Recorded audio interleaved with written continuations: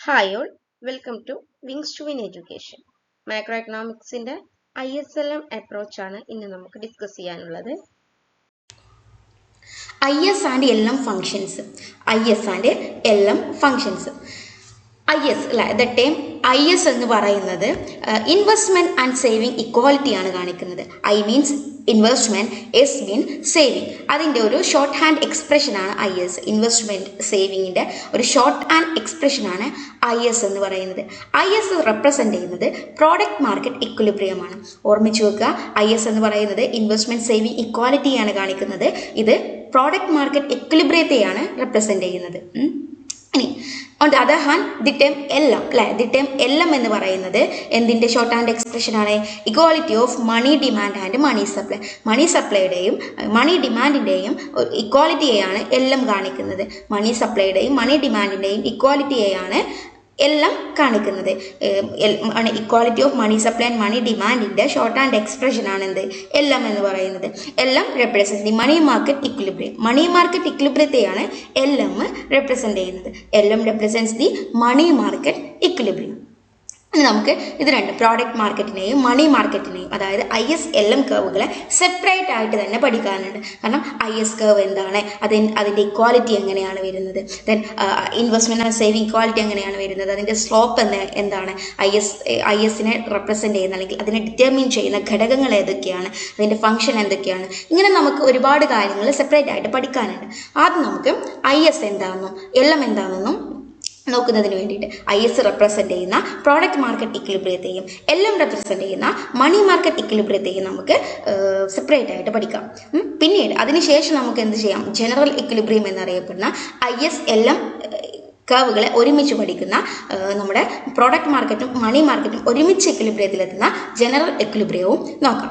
First ഞാൻ the product market നമ്മൾ പറഞ്ഞു IS ആണ് എന്തിനെ റെപ്രസെന്റ് ചെയ്യുന്നത്? പ്രോഡക്റ്റ് മാർക്കറ്റിനെ റെപ്രസെന്റ് ചെയ്യുന്നത്. ഈ പ്രോഡക്റ്റ് മാർക്കറ്റ് ഇക്വിലിബ്രിയത്തിലെത്തുന്നത് എപ്പോഴാണ്?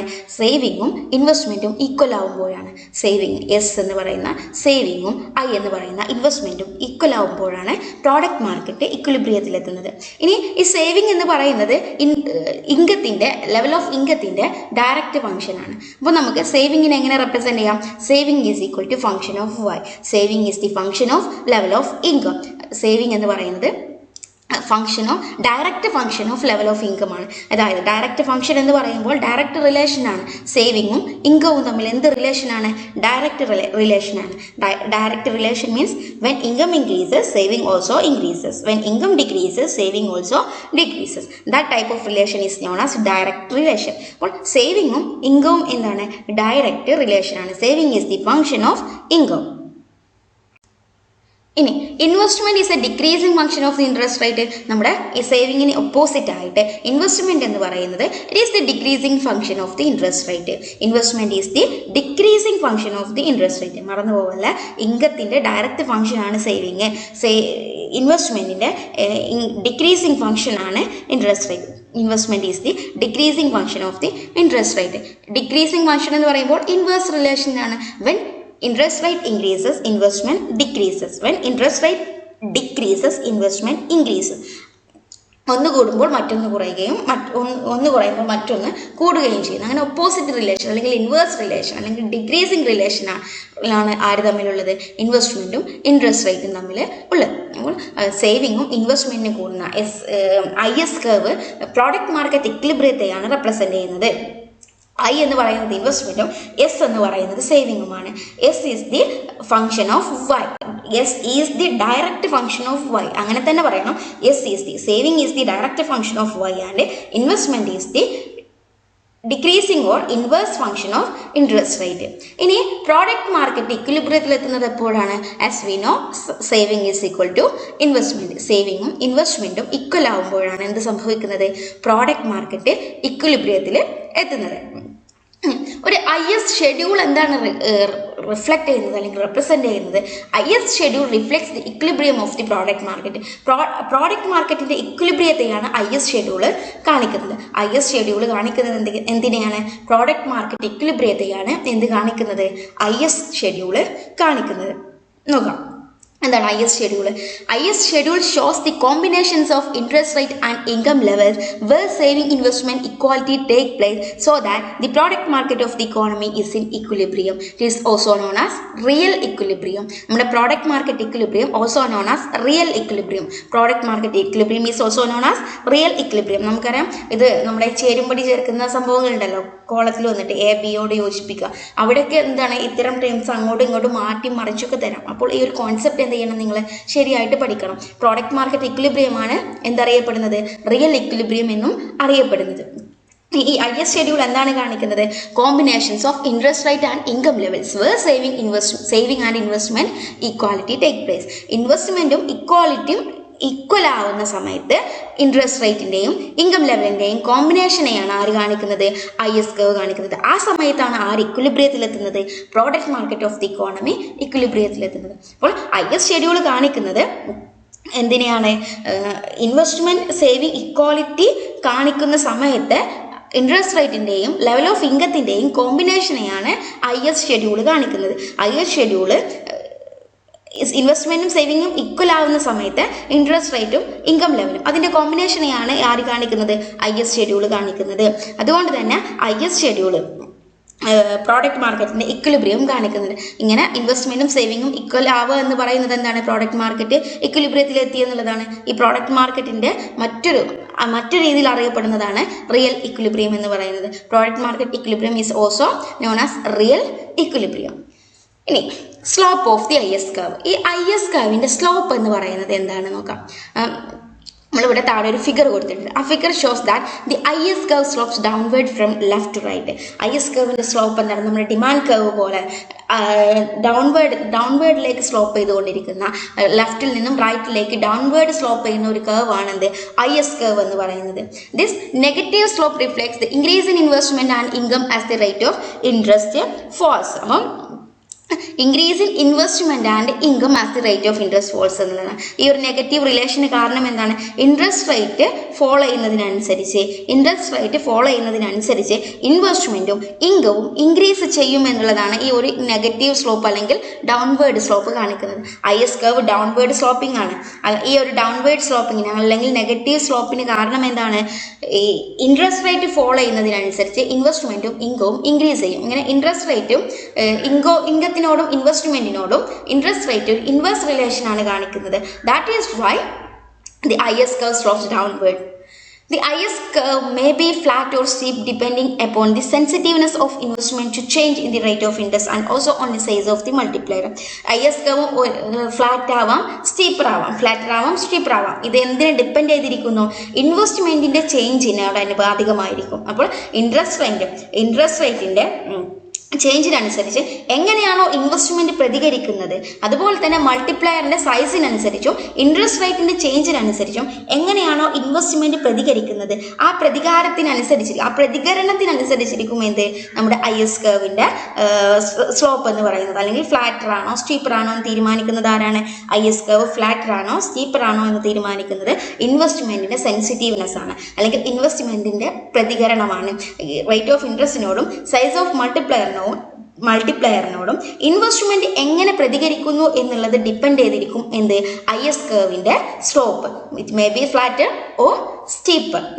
Depends upon change in investment or sensitiveness of investment to change in the rate of interest and also on the size of the multiplier.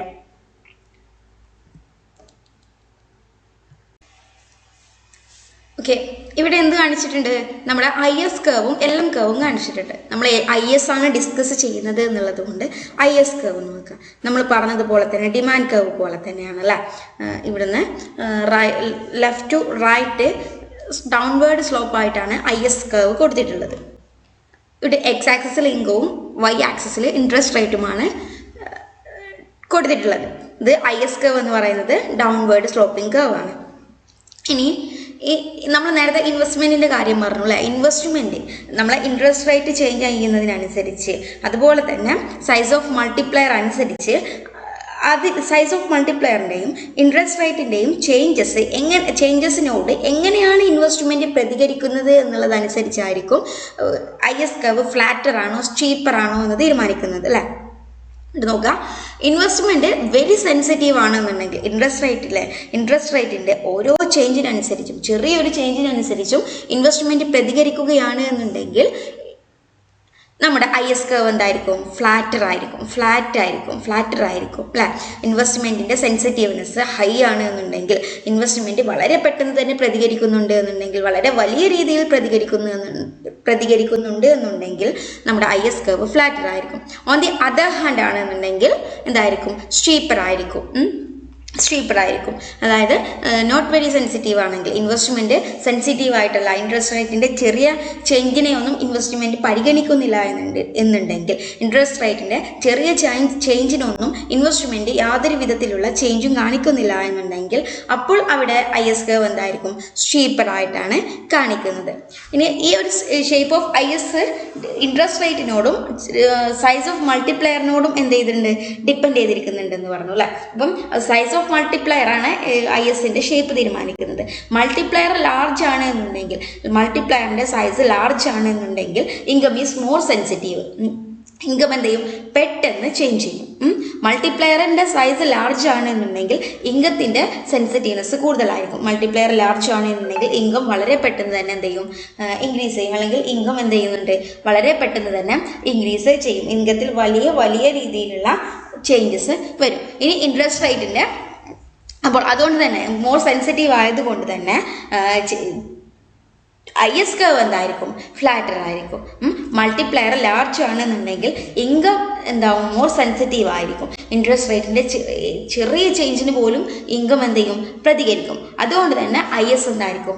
Flatter ആയിരിക്കും. On the other hand അല്ലെ, multiplier small ആണ് എന്നുണ്ടെങ്കിൽ IS curve steeper ആയിരിക്കും. ഇതെന്ത് ചെയ്യണം? മനസ്സിലാക്കിയിട്ട് വെക്കണം.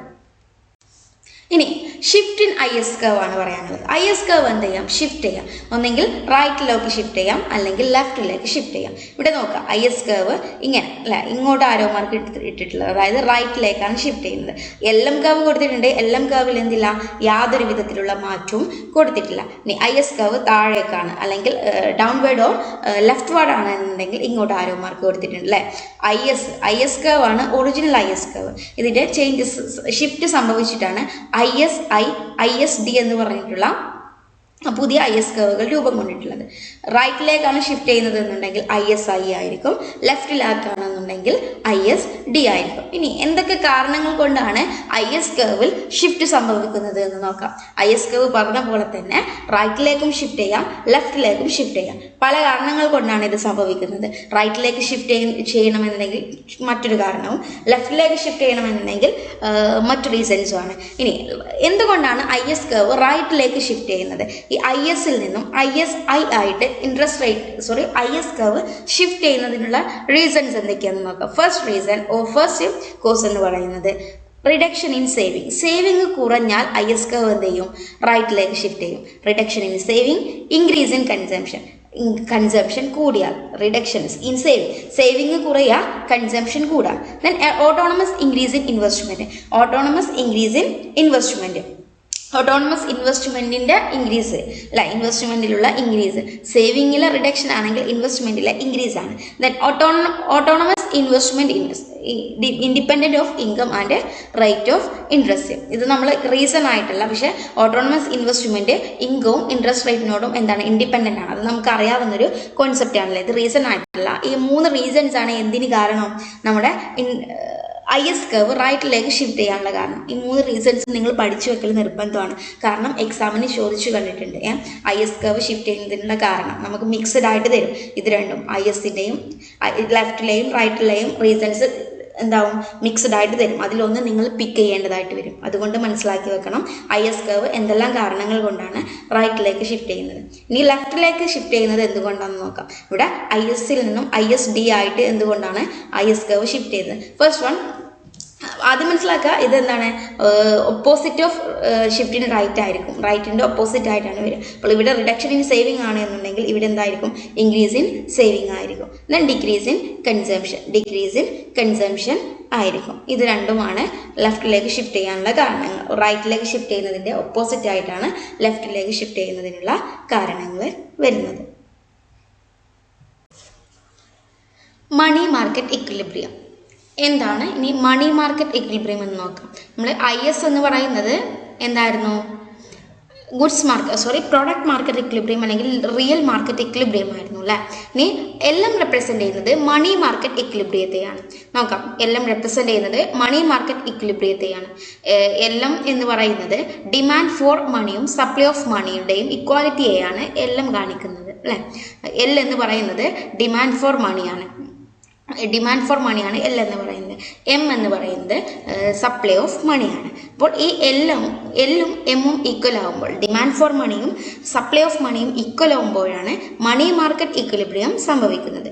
Demand for മണീനെ നമുക്ക് എങ്ങനെ ഡിനോട്ട് ചെയ്യാം? L എന്ന് പറയുന്നത് ഡിമാൻഡ് ഫോർ മണിയാണ്. L is equal to LT plus LS. What is LT? Transaction demand for money. Transaction demand for മണിയാണ് LT എന്ന് പറയുന്നത്. LS എന്താണ്? Speculative demand for money. Speculative demand for മണിയാണ് LS എന്ന് പറയുന്നത്. ഇനി ഈ LT എന്ന് പറയുന്നത് it is the direct function of income. LT transaction പർപ്പസിന് വേണ്ടിയിട്ട് യൂസ് ചെയ്യുന്നതാണ് ട്രാൻസാക്ഷൻ ഡിമാൻഡ് ഫോർ മണി എന്ന് പറയുന്നത്. ഗുഡ്സ് ആൻഡ് സർവീസസ് പർച്ചേസ് ചെയ്യുന്നതിന് വേണ്ടിയിട്ട്, അങ്ങനെ ഡെയിലി എക്സ്പെൻസസ് മീറ്റ് ചെയ്യുന്നതിന് വേണ്ടിയിട്ട് കൈവശം വെച്ചിട്ടുള്ള മണിയെയാണ് ട്രാൻസാക്ഷൻ ഡിമാൻഡ് ഫോർ മണി എന്ന് പറയുന്നത്. It is a direct function of the level of income. Transaction demand for money അല്ലെങ്കിൽ LT എന്ന് പറയുന്നത് ലെവൽ ഓഫ് ഇൻകത്തിൻ്റെ ഡയറക്റ്റ് ഫംഗ്ഷനാണ്. That is why we can represent LT is equal to function of Y. LT എന്ന് പറയുന്നത് ഇൻകത്തിൻ്റെ ഡയറക്റ്റ് ഫംഗ്ഷനാണ്. Transaction demand for money is the direct function of level of income. Direct function എന്ന് പറയുമ്പോൾ ഇൻകം കൂടുമ്പോൾ ട്രാൻസാക്ഷൻ ഡിമാൻഡ് ഫോർ മണിയും കൂടും, ഇൻകം കുറയുമ്പോൾ ട്രാൻസാക്ഷൻ ഡിമാൻഡ് ഫോർ മണിയും കുറയും.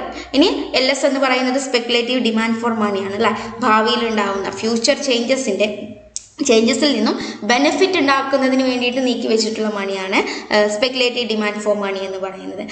മാർക്കറ്റ് എന്ന് പറയുന്നത് നമ്മുടെ ഇക്കോണമിയിൽ ഡെയിലി എന്ത് ചെയ്യുന്നുണ്ട്? മിനിറ്റ് ബൈ മിനിറ്റ് ആയിട്ട് ചേഞ്ചസ് വരുന്നുണ്ട്. ഈ ചേഞ്ചസിൽ നിന്നും, മാർക്കറ്റിൻ്റെ മൂവ്മെൻറ്റിൽ നിന്നും ഫ്യൂച്ചറിൽ ഒരു ബെനിഫിറ്റ് ഉണ്ടാവണം എന്ന് വിചാരിച്ചിട്ട് നീക്കി വെക്കുന്ന പണമാണ് സ്പെക്കുലേറ്റീവ് ഡിമാൻഡ് ഫോർ മണി. സ്പെക്കുലേഷന് വേണ്ടിയിട്ട് നീക്കി വെക്കുന്നതാണ് സ്പെക്കുലേറ്റീവ് ഡിമാൻഡ് ഫോർ മണി. ഈ LS എന്ന് പറയുന്നത് speculative demand for money is the decreasing function of the rate of interest. Rate of ഇൻട്രസ്റ്റിൻ്റെ ഡിക്രീസിങ് ഫംഗ്ഷനാണ്. എന്തുകൊണ്ടാണ് അത് സംഭവിച്ചത് എന്നുള്ളത് നമ്മൾ മുൻപ് ഒരിക്കലും പറഞ്ഞിട്ടുണ്ട്. നമ്മൾ കെയ്ൻസിൻ്റെ ഡിമാൻഡ് ഫോർ മണി ഡിസ്കസ് ചെയ്യുമ്പോൾ ട്രാൻസാക്ഷൻ ഡിമാൻഡ് ഫോർ മണിയും സ്പെക്കുലേറ്റീവ് ഡിമാൻഡ് ഫോർ മണി എല്ലാം പറഞ്ഞിട്ടുണ്ട്. അപ്പോൾ സ്പെക്കുലേറ്റീവ് ഡിമാൻഡ് ഫോർ മണി എന്ന് പറയുന്നത് decreasing function of the rate of interest ആണ്.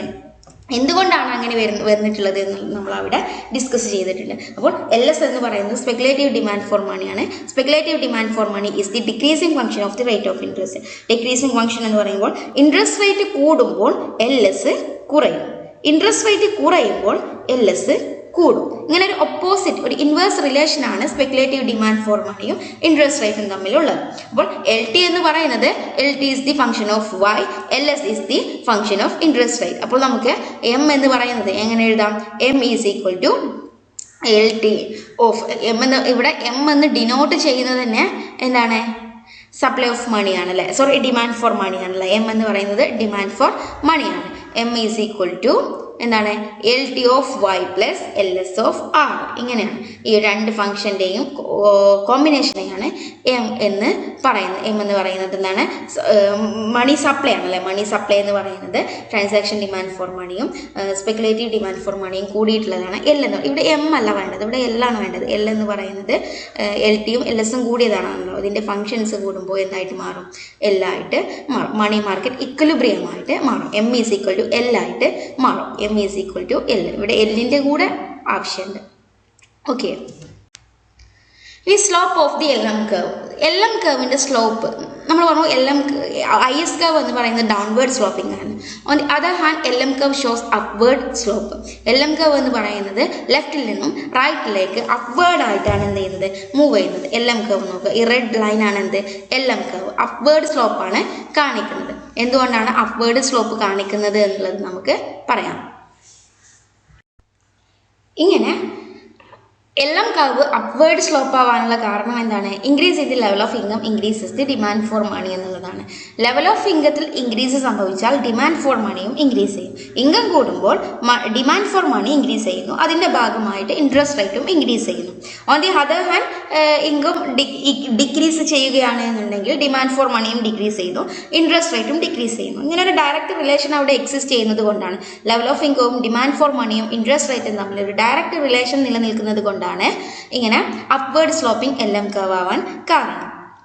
ഇനി നോക്കാം, ഈ LM കർവ് IS കർവിനെ പോലെ തന്നെ ഫ്ലാറ്റർ ആവാം, സ്റ്റീപ്പർ ആവാം അല്ലേ. ഇനി smaller the responsiveness of demand for money to income, flatter will be the LM curve. Demand for money income change ചെയ്യുന്നതിനനുസരിച്ച് ഡിമാൻഡ് ഫോർ മണി ചെറിയ രീതിയിലാണ് പ്രതികരിക്കുന്നത് എന്നുണ്ടെങ്കിൽ, അതായത് ചെറിയ ഇൻകം ചെറിയ രീതിയിലാണ്, ഇൻകത്തിലെ ചേഞ്ചസ് ചെറിയ രീതിയിലുള്ള ഒരു മാറ്റം മാത്രമാണ് ഡിമാൻഡ് ഫോർ മണിയിൽ വരുത്തുന്നത് എന്നുണ്ടെങ്കിൽ LM കർവ് എന്തായിരിക്കും? ഫ്ലാറ്റർ ആയിരിക്കും. LM curve will be flatter. അപ്പോൾ smaller the responsiveness of demand for money to income, flatter will be the LM curve. LM curve flatter ആയിരിക്കും. ഇനി ലാർജർ ദ റെസ്പോൺസീവ്നെസ് ആണ് എന്നുണ്ടെങ്കിൽ, ഡിമാൻഡ് ഫോർ മണി ലാർജർ ആയിട്ടാണ് respond ചെയ്യുന്നത് എന്നുണ്ടെങ്കിൽ, interest റേറ്റിലെ ചേഞ്ചിനനുസരിച്ച് വലിയ രീതിയിലാണ് ഡിമാൻഡ് ഫോർ മണി റെസ്പോണ്ട് ചെയ്യുന്നത് എന്നുണ്ടെങ്കിൽ LM curve will B steeper. LM curve എന്തായിരിക്കും? സ്റ്റീപ്പർ ആയിരിക്കും. ഓക്കെ ആണല്ലോ. ഇങ്ങനെ ഇതിൻ്റെ ഇഫക്റ്റിനനുസരിച്ച് LM കർവ് സ്റ്റീപ്പർ ആണോ അല്ലെങ്കിൽ ഫ്ലാറ്റർ ആണോ എന്ന് തീരുമാനിക്കുന്നതും എന്താണ്? ഇൻട്രസ്റ്റ് റേറ്റും ഇൻകവും തമ്മിലുള്ള റെസ്പോൺസീവ്നെസ് ആണ്. ഇൻട്രസ്റ്റ് റേറ്റിലെ ചേഞ്ചിനനുസരിച്ച് എങ്ങനെയാണ് ഡിമാൻഡ് ഫോർ മണി റെസ്പോണ്ട് ചെയ്യുന്നത്, അതിനനുസരിച്ചാണ് ഇൻട്രസ്റ്റ് റേറ്റിലെ ചേഞ്ചിനനുസരിച്ച് എങ്ങനെയാണ് ഡിമാൻഡ് ഫോർ മണി റെസ്പോണ്ട് ചെയ്യുന്നത്, അതിനനുസരിച്ചായിരിക്കും LM കർവ് സ്റ്റീപ്പർ ആണോ ഫ്ലാറ്റർ ആണോ എന്ന് തീരുമാനിക്കപ്പെടുന്നത്. ഇനി on the other hand demand for money insensitive ആണെന്നുണ്ടെങ്കിൽ, ഇൻട്രസ്റ്റ് റേറ്റിലെ ഒരു ചേഞ്ചസും ഡിമാൻഡ് ഫോർ മണീനെ അഫക്റ്റ് ചെയ്യുന്നില്ല എന്നുണ്ടെങ്കിൽ LM കർവ് എന്തായിരിക്കും? വേർട്ടിക്കൽ ആയിരിക്കും. അപ്പോൾ ഡിമാൻഡ് ഫോർ മണിയിലെ ഒരു തരത്തിലുള്ള ഇൻട്രസ്റ്റ് റേറ്റിലെ ഒരു ചേഞ്ചും, ഇൻട്രസ്റ്റ് റേറ്റ് കൂടുന്നു കുറയുന്നു, പക്ഷേ ഡിമാൻഡ് ഫോർ മണി സ്ഥിരമായിട്ട് നിലനിൽക്കുകയാണ് എന്നുണ്ടെങ്കിൽ LM കർവ് വേർട്ടിക്കൽ ആയിരിക്കും. On the other hand very sensitive ആണ് എന്നുണ്ടെങ്കിൽ, ചെറിയ രീതിയിലുള്ള ചേഞ്ച് പോലും, ഇൻട്രസ്റ്റ് റേറ്റിലെ മൈന്യൂട്ട് ചേഞ്ച് പോലും ഡിമാൻഡ് ഫോർ മണിയിൽ ചേഞ്ചസ് വരുത്തുന്നുണ്ട് എന്നുണ്ടെങ്കിൽ LM കർവ് ഹൊറിസോണ്ടൽ ആയിരിക്കും. LM curve will B horizontal. അതായത് ഇൻഫിനിറ്റ് ആയിട്ടുള്ള ചേഞ്ചസ് ആയിരിക്കും ഡിമാൻഡ് ഫോർ മണിയിൽ വരുത്തുക. ഇൻട്രസ്റ്റ് റേറ്റിലുള്ള മൈന്യൂട്ട് ചേഞ്ചസ്, ഇൻഫിനിറ്റ് ആയിട്ടുള്ള ചേഞ്ചസ് ഡിമാൻഡ് ഫോർ മണിയിൽ വരുത്തും എന്നുള്ളതാണ് LM കർവ് ഹൊറിസോണ്ടൽ ആവുകയാണ് എന്ന് പറഞ്ഞാൽ. ഇനി ഷിഫ്റ്റിന് LM കർവ് എങ്ങനെയൊക്കെ ഷിഫ്റ്റ് ചെയ്യാം? നമ്മുടെ IS കർവ് ഷിഫ്റ്റ് ചെയ്തതുപോലെ തന്നെ LM കർവും എന്ത് ചെയ്യാം? റൈറ്റിലേക്കും ലെഫ്റ്റിലേക്കും ഷിഫ്റ്റ് ചെയ്യാം. റൈറ്റിലേക്കാണ് എന്നുണ്ടെങ്കിൽ ഇങ്ങനെ എന്താ, LMP0 ആണ് നമ്മുടെ ഒറിജിനൽ LM കർവ്. അത് LMP2 ആയിട്ടും LMP1 ആയിട്ടും ഷിഫ്റ്റ് ചെയ്യാം. LMP2 ആയിട്ട് ഷിഫ്റ്റ് ചെയ്യുക എന്ന് പറഞ്ഞാൽ റൈറ്റിലേക്ക് ഷിഫ്റ്റ് ചെയ്യുക അല്ലെങ്കിൽ ഡൗൺവേർഡ് ഷിഫ്റ്റ് ചെയ്യാം. ഇനി LMP1 ആയിട്ടാണ് ഷിഫ്റ്റ് ചെയ്യുന്നത് എന്നുണ്ടെങ്കിൽ ലെഫ്റ്റിലേക്ക് ഷിഫ്റ്റ് ചെയ്യും അല്ലെങ്കിൽ അപ്വേർഡ് ഷിഫ്റ്റ് ചെയ്യും. എന്തുകൊണ്ടാണ് റൈറ്റിലേക്ക് ഷിഫ്റ്റ് ചെയ്യുന്നത്? LMP2 ആയിട്ട് LMP0 LMP2 ആയിട്ട് ഷിഫ്റ്റ് ചെയ്യുന്നതിനുള്ള കാരണം എന്താണ്? First one, increase in money supply കൂടുന്നത് കൊണ്ട്, or otherwise decrease in demand for money കുറയുന്നത് കൊണ്ട്. മനസ്സിലാക്കി വെക്കുക. ഒന്നെങ്കിൽ മണി സപ്ലൈ കൂടിയത് കൊണ്ടാവാം, അല്ലെങ്കിൽ ഡിമാൻഡ് ഫോർ മണി കുറഞ്ഞത് കൊണ്ടാവാം. അതുകൊണ്ടാണ് LM റൈറ്റിലേക്ക് അല്ലെങ്കിൽ ഡൗൺവേർഡ് ഷിഫ്റ്റ് ചെയ്യുന്നത്. ഇനി അപ്വേർഡ് അല്ലെങ്കിൽ ലെഫ്റ്റിലേക്ക് ഷിഫ്റ്റ് ചെയ്യാൻ കാരണം, LMP0യിൽ നിന്നും LMP1 ആയിട്ട് ഷിഫ്റ്റ് ചെയ്യാൻ കാരണം എന്താണ്? ഓപ്പോസിറ്റ് ആണ് അല്ലേ. നമ്മൾ നേരത്തെ റൈറ്റിലേക്ക് ഷിഫ്റ്റ് ചെയ്യുന്നതിൻ്റെ ഓപ്പോസിറ്റ് ആയിട്ട്, ഒന്നുകിൽ ഡിക്രീസ് ഇൻ മണി സപ്ലൈയിൽ ഉണ്ടാകുന്ന കുറവ്, അല്ലെങ്കിൽ ഇൻക്രീസ് ഇൻ ഡിമാൻഡ് ഫോർ മണിയിൽ ഉണ്ടാകുന്ന കൂടുതൽ. ഇവ രണ്ടും കൊണ്ടാണ് എന്ത് സംഭവിക്കുന്നത്? റൈറ്റിലേക്കും ലെഫ്റ്റിലേക്കും LM കർവ് ഷിഫ്റ്റ് ചെയ്യുന്നത്. Okay, next general equilibrium of product and money market. പ്രോഡക്റ്റും മണി മാർക്കറ്റും ഒരുമിച്ച് ഇക്വിലിബ്രിയത്തിലെത്തുമ്പോഴാണ് അതിനെ ജനറൽ ഇക്വിലിബ്രിയം എന്ന് പറയുന്നത്. അതായത് single interest rate and single level of income ആയിരിക്കും രണ്ട് മാർക്കറ്റിലും എക്സിസ്റ്റ് ചെയ്യുന്നത്. അതാണ് ജനറൽ ഇക്വിലിബ്രിയം എന്ന് പറയുന്നത്. നമ്മുടെ മണി മാർക്കറ്റിലും പ്രോഡക്റ്റ് മാർക്കറ്റിലും സെയിം ഒരേ ഇൻട്രസ്റ്റ് റേറ്റും ലെവൽ ഓഫ് ഇൻകവും ആയിരിക്കും എക്സിസ്റ്റ് ചെയ്യുന്നത്. അപ്പോഴാണ് എന്ത് സംഭവിക്കുന്നത്? ജനറൽ ഇക്വിലിബ്രിയം സംഭവിക്കുന്നത്. ISഉം LM കർവും കൂടെ ഇന്റർസെക്ട് ചെയ്യുന്ന പോയിന്റാണ് നമ്മുടെ ജനറൽ ഇക്വിലിബ്രിയം പോയിന്റ് എന്ന് അറിയപ്പെടുന്നത്. അവിടെ ജനറൽ ഇക്വിലിബ്രിയം സംഭവിക്കുമ്പോൾ വൺ പെയർ ഓഫ് ഇൻട്രസ്റ്റ് റേറ്റും ലെവൽ ഓഫ് ഇൻകവും ഉണ്ടായിരിക്കുള്ളൂ. അതായത് മണി മാർക്കറ്റിലും ഗുഡ്സ് മാർക്കറ്റിലും സെയിം ആയിരിക്കും, ഇൻട്രസ്റ്റ് റേറ്റും ഇൻകം ലെവലും സെയിം ആയിരിക്കും. നമുക്ക് ജനറൽ ഇക്വിലിബ്രിയത്തെ ഗ്രാഫിക്കലി അനലൈസ് ചെയ്യാം. ഇവിടെ ഇതാണ് IS എന്ന് പറയുന്ന നമ്മുടെ ഡൗൺവേർഡ് സ്ലോപ്പിംഗ് കർവും LM എന്ന് പറയുന്ന അപ്വേർഡ് സ്ലോപ്പിംഗ് കർവും കൂടെ ടാൻജൻറ്റ് ചെയ്യുന്ന ഈ ഒരു ഗ്രീൻ ഡോട്ട് ഇട്ട ഏരിയയാണ് ജനറൽ ഇക്വിലിബ്രിയം അല്ലെങ്കിൽ equilibrium interest rate and income എന്ന് പറയുന്നത്. അതായത് ഈ ഒരു ഭാഗത്ത് മാത്രമേ നമ്മുടെ മണി മാർക്കറ്റിലും ഗുഡ്സ് മാർക്കറ്റിലും സെയിം ഇൻട്രസ്റ്റ് റേറ്റും ഈ ലെവൽ ഓഫ് ഇൻകവും നിലനിൽക്കുന്നുള്ളൂ. ഇനി ഇവിടുന്ന് അങ്ങോട്ട് ഈ ഒരു ഇക്വിലിബ്രിയത്തിൻ്റെ വലത്തോട്ടോ ഇടത്തോട്ടോ നോക്കിയാൽ അറിയാം, രണ്ട് മാർക്കറ്റിലും ഡിഫറെൻ്റ് ആയിട്ടുള്ള ഇൻകവും ഇൻട്രസ്റ്റ് റേറ്റും നിലനിൽക്കുന്നുള്ളൂ.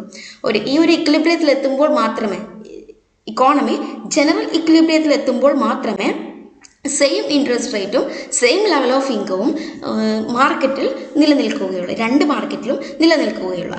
ഇങ്ങനെ രണ്ട് മാർക്കറ്റിലും നമ്മുടെ ഗുഡ്സ് മാർക്കറ്റിലും മണി മാർക്കറ്റിലും സെയിം ലെവൽ ഓഫ് ഇൻകവും ഇൻട്രസ്റ്റ് റേറ്റും നിലനിൽക്കുന്ന സാഹചര്യത്തെയാണ് ജനറൽ ഇക്വിലിബ്രിയം എന്ന് പറയുന്നത്.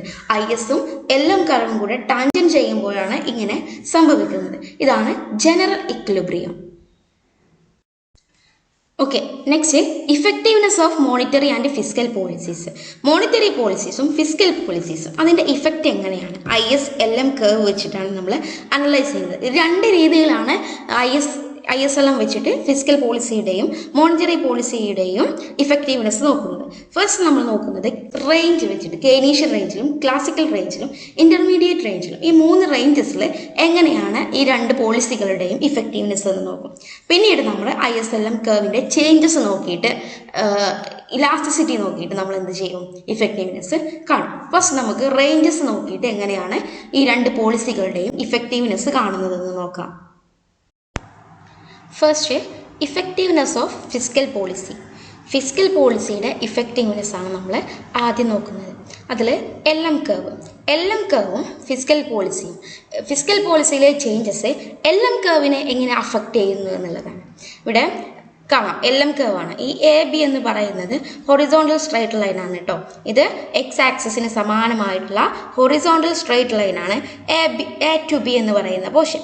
ഇനി B to D എന്ന് പറയുന്നത് ഇൻ്റർമീഡിയറ്റ് റേഞ്ചാണ്, മിഡിലായിട്ടുള്ള പോർഷൻ ഇൻ്റർമീഡിയറ്റ് റേഞ്ചാണ് B to D. ഇവിടെ കാണാം രണ്ട് പാർട്ടായിട്ടാണ് അല്ലേ, രണ്ട് സെഷനായിട്ടാണ് B to Cയും C to Dയും. ഡിഫറെൻറ്റ് ഇലാസ്റ്റിസിറ്റീസ് ഉള്ള B to C എന്ന് പറയുന്നത് മോർ ഇലാസ്റ്റിക്കും C to D എന്ന് പറയുന്നത് ലെസ് ഇലാസ്റ്റിക്കുമാണ്. ഇങ്ങനെ more elastic and less elastic portions ആണ് B to D ആയിട്ടുള്ള ഇൻ്റർമീഡിയറ്റ് റേഞ്ച്. ഇനി D to E എന്ന് പറയുന്നതാണ് നമ്മുടെ കെയ്നീഷ്യൻ റേഞ്ച് എന്നറിയപ്പെടുന്നത്. കെയ്നീഷ്യൻ റേഞ്ചിൻ്റെ പ്രത്യേകത വേർട്ടിക്കൽ സ്ട്രൈറ്റ് ലൈൻ ആണ് അല്ലേ. D to E എന്ന് പറയുന്നത് Y ആക്സിസിന് സമാനമായിട്ടുള്ള ഒരു വേർട്ടിക്കൽ സ്ട്രൈറ്റ് ലൈനാണ് D to E എന്ന് പറയുന്നത്. ഇനി ഇവ ഓരോന്നിനും അതിൻ്റേതായിട്ടുള്ള ഫീച്ചേഴ്സ് ഉണ്ട്. ഏതൊക്കെയാണ്? A to B എന്ന് പറയുന്നത് ക്ലാസിക്കൽ റേഞ്ചാണ് അല്ലേ. A to B എന്ന് പറയുന്നത് ക്ലാസിക്കൽ റേഞ്ചാണ്. ഈ ക്ലാസിക്കൽ റേഞ്ചിൻ്റെ പ്രത്യേകത എന്ന് പറയുന്നത് അവിടെ നമ്മുടെ LM കർവ് എന്താണ്, പെർഫെക്റ്റ്ലി ഇലാസ്റ്റിക് ആണ് അല്ലെങ്കിൽ ഹൊറിസോണ്ടൽ സ്ട്രൈറ്റ് ലൈനാണ്. പെർഫെക്റ്റ്ലി ഇലാസ്റ്റിക് അല്ലെങ്കിൽ ഹൊറിസോണ്ടൽ സ്ട്രൈറ്റ് ലൈനാണ്. ഇവിടെ FP ഫിസ്ക്കൽ പോളിസി, FP എന്നറിയപ്പെടുന്ന ഷോർട്ട് ഫോമിൽ എഴുതിയിട്ടുള്ളതാണ് FP. ഫിസ്ക്കൽ പോളിസിയുടെ ഷോർട്ടാണ് FP. FP എന്ന് പറയുന്നത് ടോട്ടലി ഇഫക്റ്റീവാണ് അല്ലെങ്കിൽ പെർഫെക്റ്റ്ലി ഇഫക്റ്റീവാണ്. അപ്പോൾ LM curve horizontal straight line ആണ് കാണിക്കുന്നത് എന്നുണ്ടെങ്കിൽ അതിനർത്ഥം അവിടെ ഫിസ്ക്കൽ പോളിസി ടോട്ടലി ഇഫക്റ്റീവാണ് എന്നുള്ളതാണ്. ഫിസ്ക്കൽ പോളിസി LM കർവിൽ ക്ലാസിക്കൽ റേഞ്ചിൽ എന്താണ്, ടോട്ടലി ഇഫക്റ്റീവാണ്. ഇനി ഇവിടെ D to E എന്ന് പറയുന്നത് എന്താണ്, കെയ്നീഷ്യൻ റേഞ്ചാണ്. കെയ്നീഷ്യൻ റേഞ്ചിൽ നമ്മുടെ ക്ലാസിക്കൽ റേഞ്ചിന് ഓപ്പോസിറ്റ് ആയിട്ട് D to E എന്ന് പറയുന്നത് വേർട്ടിക്കൽ സ്ട്രേറ്റ് ലൈനാണ് അല്ലെങ്കിൽ പെർഫെക്റ്റ്ലി ഇലാസ്റ്റിക് ആണ്. കർവ് എന്ന് പറയുന്നത് LM കർവ് എന്ന് പറയുന്നത് D to E പോർഷനിൽ പെർഫെക്റ്റ്ലി ഇലാസ്റ്റിക് ആണ്. അതുകൊണ്ട് തന്നെ ഫിസ്ക്കൽ പോളിസി പെർഫെക്റ്റ്ലി ഇൻഇഫക്റ്റീവ് ആണ് അല്ലെങ്കിൽ ടോട്ടലി ഇൻഇഫക്റ്റീവ് ആണ്. D to E എന്ന് പറയുന്ന പോർഷനിൽ ഫിസ്ക്കൽ പോളിസി പെർഫെക്റ്റ്ലി ഇൻഇഫക്റ്റീവ് ആണ് അല്ലെങ്കിൽ ടോട്ടലി ഇൻഇഫക്റ്റീവ് ആണ്. അപ്പോൾ ഓർക്ക് ഹൊറിസോണ്ടൽ ആവുമ്പോൾ fiscal policy, LM curve horizontal ആവുമ്പോൾ ഫിസ്ക്കൽ പോളിസി ഇഫക്റ്റീവ് ആയിരിക്കും. LM കർവ് വെർട്ടിക്കൽ ആവുമ്പോൾ ഫിസ്ക്കൽ പോളിസി ഇൻഇഫക്റ്റീവ് ആയിരിക്കും. ഇനി ഇതിന് മിഡിലായിട്ടൊരു റേഞ്ച് ഉണ്ട് അല്ലെ, intermediate range B to D എന്ന് പറയുന്നത്. അതിനെ നമുക്ക് രണ്ട് പാർട്ടാക്കാം. ബി ടു സി എന്ന് പറയുന്ന മോർ ഇലാസ്റ്റിക് പോർഷനും ദെൻ സി ടു ഡി എന്ന് പറയുന്ന ലെസ് ഇലാസ്റ്റിക് പോർഷനും. ബി ടു സി എന്ന് പറയുന്നത് എന്താണ്? ബി ടു സി എന്ന് പറയുന്നത് ഫ്ലാറ്റർ ആണ് അല്ലെ, മോർ ഇലാസ്റ്റിക് ആണ് അല്ലെങ്കിൽ ഫ്ലാറ്റർ ആണ്. LM കർവ് ഫ്ലാറ്റർ ആവുമ്പോൾ ഫിസ്ക്കൽ പോളിസി മോർ ഇഫക്റ്റീവ് ആയിരിക്കും. LM കർവ് ഫ്ലാറ്റർ ആവുമ്പോൾ ഫിസ്ക്കൽ പോളിസി മോർ ഇഫക്റ്റീവ് ആയിരിക്കും. ഇനി സി ടു ഡി എന്ന് പറയുന്ന ലെസ് ഇലാസ്റ്റിക് പോർഷൻ അല്ലെങ്കിൽ സ്റ്റീപ്പർ LM കർവ് കാണിക്കുന്നത് എന്താണ്? LM കർവ് സ്റ്റീപ്പർ ആവുമ്പോൾ ഫിസ്ക്കൽ പോളിസി ലെസ് ഇഫക്റ്റീവ് ആയിരിക്കും. ഓർക്കുക, ഇത് എന്ത് ചെയ്യാണ്, നമ്മൾക്ക് അങ്ങനെ തിരിച്ചും മറിച്ചും എല്ലാം റേഞ്ചസ് തന്നിട്ട് ചോദിച്ചിട്ടുണ്ട്. അതുകൊണ്ട് തന്നെ ഇത് മനസ്സിലാക്കി വെക്കണം. ഇനിയും നമുക്ക് പഠിക്കാനുണ്ട്. ഇവിടെ ഇഫക്റ്റീവ്നെസ് ഓഫ് ഫിസ്ക്കൽ പോളിസിയാണ് പഠിച്ചിട്ടുള്ളത് അല്ലേ. Effectiveness of fiscal policy on LM curve and IS curve ഉണ്ട്. നമ്മളിപ്പോൾ LM കർവ് ആണ് നോക്കിയത്. ഇനി ഈ ഫിസ്ക്കൽ പോളിസിയുടെ ഇഫക്റ്റീവ്നെസ് IS കർവിൽ എങ്ങനെയായിരിക്കും എന്നുള്ളതാണ്. ഓർത്തു വെക്കുക, എന്താണോ fiscal policy LM curve fiscal പോളിസിയോട് റിയാക്ട് ചെയ്യുന്നത് അതിൻ്റെ നേരെ ഓപ്പോസിറ്റ് ആയിരിക്കും IS കർവ് റിയാക്ട് ചെയ്യുന്നത്. അതായത് ഹൊറിസോണ്ടൽ ആവുമ്പോൾ അവിടെ എന്തായിരിക്കണം എന്നില്ല, ടോട്ടലി ഇഫക്റ്റീവ് ആയിരിക്കില്ല, അവിടെ ടോട്ടലി ഇൻഇഫക്റ്റീവ് ആയിരിക്കും. അപ്പോൾ ഫിസ്ക്കൽ പോളിസി LM കർവിൽ നിന്നും വ്യത്യസ്തമായിട്ടുള്ള ഒരു ഇഫക്റ്റ് ആയിരിക്കും IS കർവിൽ ഉണ്ടായിരിക്കുക. നോക്കാം. ഇവിടെ ഫിസ്ക്കൽ പോളിസി IS കർവിൽ എങ്ങനെയാണ്? A to B എന്ന് പറയുന്ന റേഞ്ച്. ഇവിടെ IS നമുക്കറിയാം എങ്ങനെയാണ്, ഡൗൺവേർഡ് സ്ലോപ്പിംഗ് ആണ് അല്ലേ. അപ്പോൾ IS curve horizontal straight line ആണ് കാണിക്കുന്നത് എന്നുണ്ടെങ്കിൽ അവിടെ ഫിസ്ക്കൽ പോളിസി എന്തായിരിക്കും? ഫിസ്ക്കൽ പോളിസി പെർഫെക്റ്റ്ലി ഇലാസ്റ്റിക് ആയിരിക്കും. പെർഫെക്റ്റ്ലി ഇലാസ്റ്റിക് ആയിരിക്കും. ഫിസ്ക്കൽ പോളിസി പെർഫെക്റ്റ്ലി ഇലാസ്റ്റിക് ആയിരിക്കും. അല്ലെങ്കിൽ എന്താണ്, നമ്മുടെ നമ്മുടെ AB എന്ന് പറയുന്നത് ഹൊറിസോണ്ടൽ കാണിക്കുമ്പോൾ അല്ലെങ്കിൽ ഹൊറിസോണ്ടൽ സ്ട്രൈറ്റ് ലൈൻ ആയിരിക്കുമ്പോൾ അല്ലെങ്കിൽ പെർഫെക്റ്റ്ലി ഇലാസ്റ്റിക് ആയിരിക്കുമ്പോൾ ഫിസ്ക്കൽ പോളിസി ടോട്ടലി ഇൻഇഫക്റ്റീവ് ആയിരിക്കും. LM കർവിൻ്റെ പക്ക ഓപ്പോസിറ്റ് ആയിട്ടുള്ള ഒരു സിറ്റുവേഷൻ അല്ല. A to B എന്ന് പറയുന്നത് പെർഫെക്റ്റ്ലി ഇലാസ്റ്റിക് ആയിരിക്കുമ്പോൾ ഫിസ്ക്കൽ പോളിസി ടോട്ടലി ഇൻഇഫക്റ്റീവ് ആയിരിക്കും. ഇനി ഇവിടെ D to IS എന്ന് പറയുന്ന ഈ ഒരു കർവ് അല്ലെങ്കിൽ D to E എന്ന് പറയുന്ന ഇവിടെ D to E, ഇവിടെ E ഇടാൻ മറന്നുപോയതാണ്. D to E എന്ന് പറയുന്നത് എന്താണ്? വെർട്ടിക്കൽ ആണ് അല്ലെ. Y ആക്സിസിന് സമാനമായിട്ടുള്ള പെർഫെക്റ്റ്ലി ഇൻലാസ്റ്റിക് ആയിട്ടുള്ള വെർട്ടിക്കൽ സ്ട്രൈറ്റ് ലൈൻ എന്താണ് കാണിക്കുന്നത്? അവിടെ ഈ ഒരു പോർഷനിൽ വെർട്ടിക്കൽ ആയിരിക്കുമ്പോൾ ഫിസ്ക്കൽ പോളിസി പെർഫെക്റ്റ്ലി ഇഫക്റ്റീവ് ആയിരിക്കും. ഫിസ്ക്കൽ പോളിസി പെർഫെക്റ്റ്ലി ഇഫക്റ്റീവ് ആയിരിക്കും. ഇനി മിഡിലുള്ള രണ്ട് portion B to C and C to D intermediate range ആണ് കാണിക്കുന്നത്. അവിടെ B to C എന്ന് പറയുന്നത് എന്താണ്? ലെസ് ഇഫക്റ്റീവ് ആയിരിക്കും. കാരണം ഇവിടെ ഫ്ലാറ്റർ ആണ്, അല്ലെങ്കിൽ ഫ്ലാറ്റർ ആയിരിക്കുമ്പോൾ അല്ലെങ്കിൽ മോർ ഇലാസ്റ്റിക് ആയിരിക്കുമ്പോൾ എന്താണ്? ലെസ് ഇഫക്റ്റീവ് ആയിരിക്കും. ഇവിടെ സ്റ്റീപ്പർ ആയിരിക്കുമ്പോൾ മോർ ഇഫക്റ്റീവ് ആയിരിക്കും. C to D എന്ന് പറയുന്നത് സ്റ്റീപ്പർ ആണ്, അപ്പോൾ എന്താണ്? മോർ ഇഫക്റ്റീവ് ആയിരിക്കും. അപ്പോൾ ഫിസ്ക്കൽ പോളിസിയുടെ ഇഫക്റ്റീവ്നെസ് IS കർവിൽ എങ്ങനെയാണ്, LM കർവിൽ എങ്ങനെയാണ് എന്നുള്ളത് നമ്മൾ കണ്ടു. ഇനി മോണിറ്ററി പോളിസിയുടെ ഇഫക്റ്റീവ്നെസ് LM കർവിലും IS കർവിലും എങ്ങനെയാണെന്ന് നോക്കാം. ഓക്കെ, ഇനി effectiveness of monetary policy. Monetary പോളിസിയുടെ ഇഫക്റ്റീവ്നെസ് എങ്ങനെയാണെന്ന് നോക്കാം. അത് ഫസ്റ്റ് ഓഫ് ഓൾ നമ്മൾ ഡിസ്കസ് ചെയ്തത് LM കർവിലായിരിക്കും. ഫിസ്ക്കൽ പോളിസി എങ്ങനെ LM കർവിനെ അഫക്റ്റ് ചെയ്തോ അതിൻ്റെ ഒപ്പോസിറ്റ് ആയിട്ടായിരിക്കും മോണിറ്ററി പോളിസി LM കർവിനെ അഫക്റ്റ് ചെയ്യുന്നത്. നോക്കാം, നമ്മുടെ A to B എന്ന് പറയുന്ന റേഞ്ചിൽ എന്താണ്? നമ്മുടെ LM കർവ് സ്ട്രൈറ്റ് ലൈൻ ആണ്, അതായത് ഹൊറിസോണ്ടൽ സ്ട്രൈറ്റ് ലൈൻ ആണ്, അല്ലെങ്കിൽ പെർഫെക്റ്റ്ലി ഇൻഇലാസ്റ്റിക് ആണ് അല്ലേ. പെർഫെക്റ്റ്ലി ഇലാസ്റ്റിക് ആണ്. അപ്പോൾ LM കർവിൽ AB എന്ന് പറയുന്നത് പെർഫെക്റ്റ്ലി ഇലാസ്റ്റിക് ആണ്. അവിടെ മോണിറ്ററി പോളിസി ടോട്ടലി ഇൻഇഫക്റ്റീവ് ആയിരിക്കും. നമുക്കറിയാം ഫിസ്ക്കൽ പോളിസി LM കർവിൽ ഹൊറിസോണ്ടൽ ആയിരിക്കുമ്പോൾ ടോട്ടലി ഇഫക്റ്റീവ് ആയിരുന്നു. പക്ഷേ മോണിറ്ററി പോളിസി LM കർവിൽ ഹൊറിസോണ്ടൽ കർവ് ആയിരിക്കുമ്പോൾ ഹൊറിസോണ്ടൽ ആയിരിക്കുമ്പോൾ ടോട്ടലി ഇൻഇഫക്റ്റീവ് ആണ്. ഇനി D to E എന്ന് പറയുന്ന നമ്മുടെ റേഞ്ചിൽ D to E എന്ന് പറയുന്ന വെർട്ടിക്കൽ റേഞ്ചിൽ വെർട്ടിക്കൽ സ്ട്രൈറ്റ് ലൈൻ ആയിരിക്കുമ്പോൾ എന്താണ്? പെർഫെക്റ്റ്ലി ഇൻഇലാസ്റ്റിക് ആയിരിക്കുമ്പോൾ പെർഫെക്റ്റ്ലി ഇഫക്റ്റീവ് ആണ്, അല്ലെങ്കിൽ ടോട്ടലി ഇഫക്റ്റീവ് ആണ്. Fiscal policy monetary policy LM കർവിന്മേൽ സ്ട്രൈറ്റ് ലൈൻ ആയിരിക്കുമ്പോൾ, എന്ത് straight line? Vertical straight line ആയിരിക്കുമ്പോൾ ടോട്ടലി അല്ലെങ്കിൽ പെർഫെക്റ്റ്ലി ഇഫക്റ്റീവ് ആണ്. ഇനി ഇന്റർമീഡിയറ്റ് റേഞ്ച് നോക്കാം. B to C, അതായത് മോർ ഇലാസ്റ്റിക് അല്ലെങ്കിൽ ഫ്ലാറ്റർ ആയിരിക്കുമ്പോൾ ലെസ് ഇഫക്റ്റീവും, C to D എന്ന് പറയുന്ന സ്റ്റീപ്പർ ആയിരിക്കുമ്പോൾ അല്ലെങ്കിൽ ലെസ് ഇലാസ്റ്റിക് ആയിരിക്കുമ്പോൾ മോർ ഇഫക്റ്റീവും ആയിരിക്കും. ഇനി IS curve monetary policy IS കർവിനെ എങ്ങനെ അഫക്റ്റ് ചെയ്യുന്നു എന്ന് നോക്കാം. ഇവിടെ ഇത് നമ്മൾ ഫിസ്ക്കൽ പോളിസി IS കർവിനെ എങ്ങനെ അഫക്റ്റ് ചെയ്തു അതിൻ്റെ ഒപ്പോസിറ്റ് ആയിട്ടായിരിക്കും മോണിറ്ററി പോളിസി IS കർവിനെ അഫക്റ്റ് ചെയ്യുന്നത്. ഹൊറിസോണ്ടൽ ആയിരിക്കുമ്പോൾ A to Bയിൽ എന്താണ് ഹൊറിസോണ്ടൽ ആയിരിക്കുമ്പോൾ ഇവിടെ പെർഫെക്റ്റ്ലി ഇലാസ്റ്റിക് ആണ്. പെർഫെക്റ്റ്ലി ഇലാസ്റ്റിക് ആയിരിക്കുമ്പോൾ മോണിറ്ററി പോളിസി ടോട്ടലി ഇഫക്റ്റീവ് ആണ്. ഇനി ഇന്റർമീഡിയറ്റ് റേഞ്ചിൽ എന്താണ് ഫ്ലാറ്റർ ആയിരിക്കുമ്പോൾ മോർ ഇഫക്റ്റീവ് ആയിരിക്കും. അതുപോലെ തന്നെ സ്റ്റീപ്പർ ആയിരിക്കുമ്പോൾ അല്ലെങ്കിൽ ലെസ് ഇലാസ്റ്റിക് ആയിരിക്കുമ്പോൾ ലെസ് ഇഫക്റ്റീവ് ആയിരിക്കും. ഇനി വെർട്ടിക്കൽ സ്ട്രൈറ്റ് ലൈൻ ആയിരിക്കുമ്പോൾ IS curve vertical straight line ആയിരിക്കുമ്പോൾ മോണിറ്ററി പോളിസി പെർഫെക്റ്റ്ലി ഇൻഇഫക്റ്റീവ് ആയിരിക്കും. when IS is vertical straight line. Okay, ഇപ്പോൾ നമ്മൾ പറഞ്ഞതെല്ലാം എന്താണ് 4 സ്ലൈഡുകളിലായിട്ട് പറഞ്ഞിട്ടുള്ള IS കർവും LM കർവിൻ്റെയും ഫിസ്ക്കൽ പോളിസിയുടെയും മോണിറ്ററി പോളിസിയുടെയും ഇഫക്റ്റീവ്നെസ് നമുക്ക് എന്ത് ചെയ്യാം ഒറ്റ ടാബിലാക്കിയിട്ട് പഠിക്കാം. എന്നാൽ നോക്കാം, IS കർവ് സ്റ്റീപ്പർ ആയിരിക്കുമ്പോൾ മോണിറ്ററി പോളിസി ലെസ് ഇഫക്റ്റീവും ഫിസ്ക്കൽ പോളിസി മോർ ഇഫക്റ്റീവുമായിരിക്കും. ഇനി IS കർവ് ഫ്ലാറ്റർ ആയിരിക്കുമ്പോൾ ഫിസ്ക്കൽ പോളിസി ലെസ് ഇഫക്റ്റീവും മോണിറ്ററി പോളിസി മോർ ഇഫക്റ്റീവും ആയിരിക്കും. വെർട്ടിക്കൽ ആയിരിക്കുമ്പോൾ ഫിസ്ക്കൽ പോളിസി ഇഫക്റ്റീവ് ആയിരിക്കും, മോണിറ്ററി പോളിസി ഇൻഇഫക്റ്റീവ് ആയിരിക്കും. IS കർവ് ഹൊറിസോണ്ടൽ ആയിരിക്കുമ്പോൾ ഫിസ്ക്കൽ പോളിസി ഇൻഇഫക്റ്റീവ് ആയിരിക്കും, മോണിറ്ററി പോളിസി ഇഫക്റ്റീവ് ആയിരിക്കും. നോക്കുക, ഇതിനെ നമുക്ക് എന്താണ് IS കർവ് FP എങ്ങനെ അഫക്റ്റ് ചെയ്യുന്നു അതിൻ്റെ ഒപ്പോസിറ്റ് ആയിട്ടായിരിക്കും MP അഫക്റ്റ് ചെയ്യുന്നത്. ഇനി IS കർവിൽ LM കർവ് നോക്കിയാൽ എങ്ങനെയായിരിക്കും രണ്ടും ഒപ്പോസിറ്റ് ആയിട്ടായിരിക്കും അല്ലെ. LM കർവിൽ FP എങ്ങനെ അഫക്റ്റ് ചെയ്യുന്നു അതിൻ്റെ ഒപ്പോസിറ്റ് ആയിരിക്കും MP എന്ന് പറയുന്നത്. IS കർവിൽ FP എങ്ങനെയാണോ അതുപോലെ ആയിരിക്കും LM കർവിൻ്റെ MP. ഇനി IS കർവിൻ്റെ MP എങ്ങനെയായിരിക്കും അതുപോലെ ആയിരിക്കും LM കർവിൻ്റെ FP.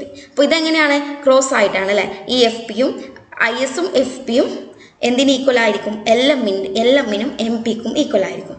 ISും FPയും LMനും MPക്കും ഈക്വൽ ആയിരിക്കും. ഇനി ISും MPയും LMനും FPക്കും ഈക്വൽ ആയിരിക്കും. അപ്പോൾ ഇത് ഇങ്ങനെ എന്താണ് ക്രോസ് ആയിട്ട് ഓപ്പോസിറ്റ് ആയിട്ടാണ് വരുന്നത്. IS FPനെ എങ്ങനെ അഫക്റ്റ് ചെയ്യുന്നോ അതുപോലെ തന്നെ ആയിരിക്കും LM MPനെ അഫക്റ്റ് ചെയ്യുന്നത്. അല്ലെങ്കിൽ FP കാരണം ISനെ എങ്ങനെ അഫക്റ്റ് ചെയ്യുന്നു FP ISനെ എങ്ങനെ അഫക്റ്റ് ചെയ്യുന്നോ അതുപോലെ ആയിരിക്കും MP LMനെ അഫക്റ്റ് ചെയ്യുന്നത്. മനസ്സിലായോ? FP ISനെ എങ്ങനെ അഫക്റ്റ് ചെയ്യുന്നോ അതുപോലെ ആയിരിക്കും MP LMനെ അഫക്റ്റ് ചെയ്യുന്നത്. MP ISനെ എങ്ങനെ അഫക്റ്റ് ചെയ്യുന്നോ അതുപോലെ ആയിരിക്കും FP LMനെ അഫക്റ്റ് ചെയ്യുന്നു. ഈ ഒരു റിലേഷൻ നോക്കി വെച്ചാൽ എന്ത് ചെയ്യാൻ പറ്റും നമുക്ക് ഈസി ആയിട്ട് ഇത് ബൈഹാർട്ട് ചെയ്ത് പഠിക്കുക എന്ന് പറയുന്നത് സുഖമല്ല. അപ്പോൾ എന്ത് ചെയ്യണം, ഒരു ലോജിക്ക് വെച്ചിട്ട് നമ്മൾ പഠിക്കണം. ഇതിൻ്റെ ISും FPയും എന്താണോ അതിൻ്റെ ഒപ്പോസിറ്റ് ആയിട്ടായിരിക്കും LMും MPയും. കൊടുത്തു വെക്കുക ISും FPയും പഠിച്ചു വെക്കുക. അതുപോലെ തന്നെ ആയിരിക്കും പിന്നെ എന്ത് LMും MPയും.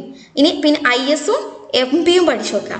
അതുപോലെ തന്നെ ആയിരിക്കും LMും FPയും വരുന്നത്. ഇങ്ങനെ 2 എണ്ണം പഠിച്ചു വെച്ചാൽ അതിൻ്റെ ഒപ്പോസിറ്റ് ആയിട്ടായിരിക്കും ബാക്കി 2 എണ്ണം വരുന്നുണ്ടാവും. അതെങ്ങനെയാണെന്ന് പഠിക്കുക. ഏതൊക്കെയാണ് തമ്മിൽ ISും FPയും എന്താണോ അതുപോലെ ആയിരിക്കും LMും MPയും.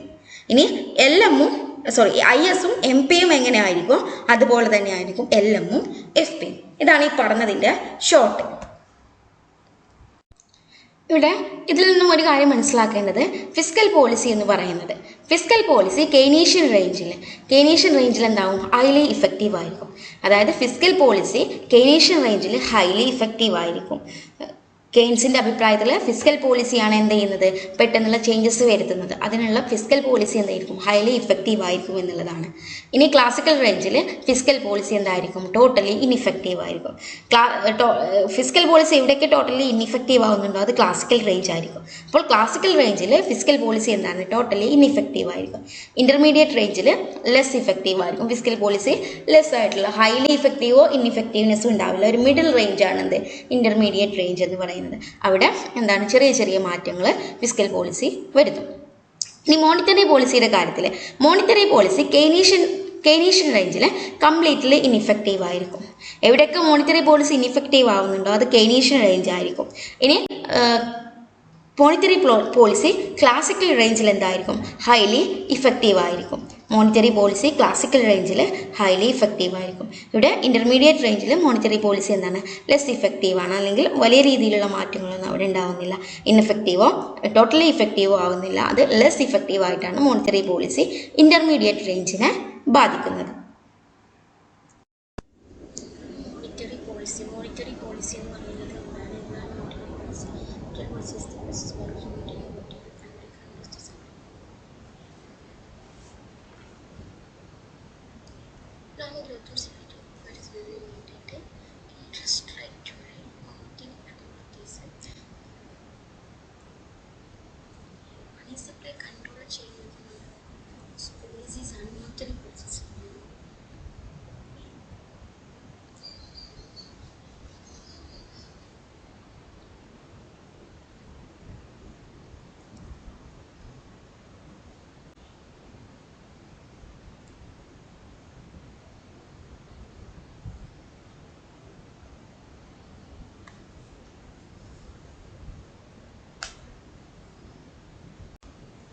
ഓക്കെ, മോണിറ്ററി പോളിസി എന്താണ്? മോണിറ്ററി പോളിസി എന്ന് പറയുന്നത് മോണിറ്ററി അതോറിറ്റീസിൻ്റെ പോളിസിയാണ്. മോണിറ്ററി അതോറിറ്റീസ് കൈകൊള്ളുന്ന പോളിസീസാണ് monetary policy. For what? Promoting economic growth and stability. ഇക്കോണമിയിലെ ഗ്രോത്ത് പ്രൊമോട്ട് ചെയ്യുന്നതിന് വേണ്ടി, ഇക്കോണമിക് ഗ്രോത്ത് പ്രൊമോട്ട് ചെയ്യുന്നതിന് വേണ്ടിയിട്ട്, ഇക്കോണമിയിലെ ഒരു സ്റ്റെബിലിറ്റി നിലനിർത്തുന്നതിനും വേണ്ടിയിട്ട് എന്ത് ചെയ്യാണ്? മോണിറ്ററി അതോറിറ്റി പോളിസീസ് കൈക്കൊള്ളുന്ന അത്തരം പോളിസീസാണ് മോണിറ്ററി പോളിസീസ് എന്നറിയപ്പെടുന്നത്. ഇതിൻ്റെ പ്രധാന ഒരു ഇൻസ്ട്രുമെൻ്റ് എന്ന് പറയുന്നത് റേറ്റ് ഓഫ് ഇൻട്രസ്റ്റ് ആണ്. ഇൻട്രസ്റ്റ് റേറ്റിൽ മാറ്റം വരുത്തിയിട്ട് ഇൻട്രസ്റ്റ് റേറ്റുമായി റിലേറ്റ് ചെയ്തിട്ടാണ് എന്ത് ചെയ്യുന്നത്? മോണിറ്ററി പോളിസീസ് എടുക്കുന്നത്. അപ്പോൾ എക്കണോമിക് ഗ്രോത്ത് പ്രൊമോട്ട് ചെയ്യുന്നതിന് വേണ്ടിയിട്ട്, ഇക്കോണമിയിൽ ഒരു സ്റ്റെബിലിറ്റി നിലനിർത്തുന്നതിന് വേണ്ടിയിട്ട് ഇൻട്രസ്റ്റ് റേറ്റിൽ ചേഞ്ചസ് വരുത്തി മണി സപ്ലൈ കൺട്രോൾ ചെയ്യുന്ന മോണിറ്ററി അതോറിറ്റിയുടെ പോളിസീസിനെയാണ് മോണിറ്ററി പോളിസീസ് എന്ന് പറയുന്നത്. എന്തെല്ലാമാണ്? എക്കണോമിക് ഗ്രോത്ത് പ്രൊമോട്ട് ചെയ്യുന്നതിന് വേണ്ടിയിട്ട്, ഇക്കോണമിയിൽ ഒരു സ്റ്റെബിലിറ്റി നിലനിർത്തുന്നതിന് വേണ്ടിയിട്ട് ഇൻട്രസ്റ്റ് റേറ്റുമായി ബന്ധപ്പെട്ട് ഇൻട്രസ്റ്റ് റേറ്റിനെ ടാർഗറ്റ് ചെയ്തുകൊണ്ട് മോണിറ്ററി അതോറിറ്റി എടുക്കുന്ന പോളിസീസിനെയാണ് മോണിറ്ററി പോളിസി എന്ന് പറയുന്നത്. എന്തുകൊണ്ടാണ് ഈ ഇൻട്രസ്റ്റ് റേറ്റ് എന്ന് പറയുന്നത് മണി സപ്ലൈനെ ഡയറക്ട്ലി ആൻഡ് സഡൻലി അഫക്റ്റ് ചെയ്യുന്ന ഒരു തിങ്ങാണ്. അതുകൊണ്ടാണ് ഇൻട്രസ്റ്റ് റേറ്റിനെ ആര് ടാർഗറ്റ് ചെയ്യുന്നത്? മോണിറ്ററി അതോറിറ്റി ടാർഗറ്റ് ചെയ്യുന്നത്. മണി സപ്ലൈയിൽ എന്ത് മാറ്റം വരണം എന്നുണ്ടെങ്കിലും അത് ഇൻട്രസ്റ്റ് റേറ്റിലെ മാറ്റം പെട്ടെന്ന് എന്ത് ചെയ്യും? മണി സപ്ലൈയെ അഫക്റ്റ് ചെയ്യും. That is why monetary authority targeting interest rate. Okay, then ഈ ഒരു മോണിറ്ററി പോളിസീസിൻ്റെ ഒഫീഷ്യൽ ഗോൾ എന്ന് പറയുന്നത് സ്റ്റാബിൾ പ്രൈസസ് ഇക്കോണമിയിൽ നിലനിർത്തുക, ഒരു ഇൻഫ്ലേഷൻ്റെ ഇഫക്റ്റ് അധികം ഇല്ലാണ്ട് അല്ലെങ്കിൽ ഡിഫ്ലേഷൻ്റെ ഇഫക്റ്റ് അധികം ഇല്ലാണ്ട് ഇക്കോണമിയിൽ ഒരു റിലേറ്റീവ്ലി സ്റ്റേബിൾ ആയിട്ടുള്ള പ്രൈസ് നിലനിർത്തുക, അൺഎംപ്ലോയ്മെൻറ്റ് മാക്സിമം കുറക്കുക. ഇത്തരം ലക്ഷ്യമാണ് മോണിറ്ററി പോളിസീസിന് പിന്നിലുള്ളത്. ഇനി ഇങ്ങനെ എടുക്കുന്ന monetary authorities money supply control ചെയ്യുന്നതിന് വേണ്ടിയിട്ട് എടുക്കുന്ന മോണിറ്ററി പോളിസീസ് എക്സ്പാൻഷനറി ആവാം, കോൺട്രാക്ഷനറി ആവാം. ഇത് അക്കോർഡിംഗ് ടു ദി സിറ്റുവേഷൻ ആണ്. ഇക്കോണമിയിൽ നിലനിൽക്കുന്ന സിറ്റുവേഷൻ അനുസരിച്ചാണ് എക്സ്പാൻഷനറി മോണിറ്ററി പോളിസി എടുക്കണോ കോൺട്രാക്ഷനറി മോണിറ്ററി പോളിസി എടുക്കണോ എന്നുള്ളത് നോക്കുന്നത്. എക്സ്പാൻഷനറി മോണിറ്ററി പോളിസി എന്ന് പറയുമ്പോൾ ഇക്കോണമിയിലെ മണി സപ്ലൈ ഇൻക്രീസ് ചെയ്യിപ്പിച്ച് മണി സപ്ലൈ വർദ്ധിപ്പിക്കുന്നതിനുള്ള പോളിസീസാണ് എടുക്കുന്നത് എന്നുണ്ടെങ്കിൽ അത്തരം പോളിസീസ് എക്സ്പാൻഷനറി മോണിറ്ററി പോളിസീസാണ്. അതർവൈസ് മണി സപ്ലൈ കുറക്കുന്നതിന് വേണ്ടിയിട്ടുള്ള പോളിസീസാണ് മോണിറ്ററി അതോറിറ്റീസ് എടുക്കുന്നത് എന്നുണ്ടെങ്കിൽ അത്തരം പോളിസീസാണ് കോൺട്രാക്ഷനറി മോണിറ്ററി പോളിസി. ഇക്കോണമിയിലെ മണി സപ്ലൈയുടെ അളവ് വളരെ കൂടുതലാണ്. അതുകൊണ്ട് തന്നെ മണി സപ്ലൈയുടെ അളവ് കുറക്കണം. അങ്ങനെ കുറക്കുന്നതിന് വേണ്ടിയിട്ട് ചില പോളിസീസ് എടുക്കും. അത്തരം പോളിസീസാണ് കോൺട്രാക്ഷനറി പോളിസീസ് എന്നറിയപ്പെടുന്നത്, കോൺട്രാക്ഷനറി മോണിറ്ററി പോളിസീസ് എന്നറിയപ്പെടുന്നത്. ഇനി എക്കോണമിയിലെ മണി സപ്ലൈ വളരെ കുറവാണ്. എന്ത് ചെയ്യണം? ഇക്കോണമിയുടെ ഗ്രോത്തിന് വേണ്ടിയിട്ട് മണി സപ്ലൈ കൂട്ടണം. അതിന് വേണ്ടിയിട്ട് ചില മെഷേഴ്സ് എടുക്കും. അത്തരം പോളിസീസാണ് എക്സ്പാൻഷനറി മോണിറ്ററി പോളിസീസ് എന്ന് അറിയപ്പെടുന്നത്. എക്സ്പാൻഷനറി മോണിറ്ററി പോളിസീസ് അൺഎംപ്ലോയ്മെൻറ്റിനെ ഇല്ലാതാക്കുന്നതിന് വേണ്ടിയിട്ട്, കോമ്പാക്ട് ചെയ്യുന്നതിന് വേണ്ടിയിട്ട്, റിസഷൻ ടൈമിലൊക്കെ നിലനിൽക്കുന്ന അൺഎംപ്ലോയ്മെൻറ്റിനെ കോമ്പാക്ട് ചെയ്യുന്നതിന് വേണ്ടിയിട്ടും, ഇൻട്രസ്റ്റ് റേറ്റിന് ഇവറാക്കിക്കൊണ്ട് ഇൻട്രസ്റ്റ് റേറ്റ് കുറച്ചുകൊണ്ടാണ് എന്ത് ചെയ്യുന്നത്, മാക്സിമം എക്സ്പാൻഷനറി പോളിസി എടുക്കുന്നത്. അതായത് എക്സ്പാൻഷനറി പോളിസിയുടെ മെയിൻ ടാർഗറ്റ്, മോണിറ്ററി പോളിസിയുടെ തന്നെ മെയിൻ ടാർഗറ്റ് എന്ന് പറയുന്നത് ഇൻട്രസ്റ്റ് റേറ്റ് ആണ്. എക്സ്പാൻഷനറി മോണിറ്ററി പോളിസി ആകുമ്പോൾ ഇൻട്രസ്റ്റ് റേറ്റ് എന്താ ചെയ്യുന്നത്, ലോവർ ചെയ്യിപ്പിക്കും. ഇൻട്രസ്റ്റ് റേറ്റ് കുറച്ചിട്ടാണ് എംപ്ലോയ്മെന്റ് കൂട്ടുന്നതിന് വേണ്ടിയിട്ട് ശ്രമിക്കുന്നത്. Expansionary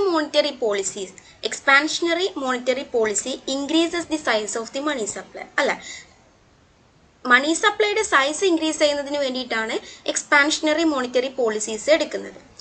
അപ്പോൾ എക്സ്പാൻഷനറി മോണിറ്ററി പോളിസി എടുക്കുമ്പോൾ മണി സപ്ലൈയുടെ സൈസ് വലുതാവും. ഇത് അല്ലെങ്കിൽ എന്ത് ചെയ്യും, decrease the rate of interest rate. Expansionary monetary പോളിസിയാണ് ഒരു മോണിറ്ററി അതോറിറ്റി കൈക്കൊണ്ടിട്ടുള്ളത് എന്നുണ്ടെങ്കിൽ മണി സപ്ലൈയുടെ തോത് എന്തായിരിക്കും, ഇക്കോണമിയിൽ കൂടും. ഇങ്ങനെ ഇൻട്രസ്റ്റ് റേറ്റ് കുറയുകയും ചെയ്യും. ഇനിയും ഇൻട്രസ്റ്റ് റേറ്റ് എന്ത് ചെയ്യും, സെൻട്രൽ അതോറിറ്റി സെറ്റ് ചെയ്യും. എന്തിനു വേണ്ടിയിട്ട്, ക്രിയേറ്റ് ഇക്കണോമിക് ഗ്രോത്ത്.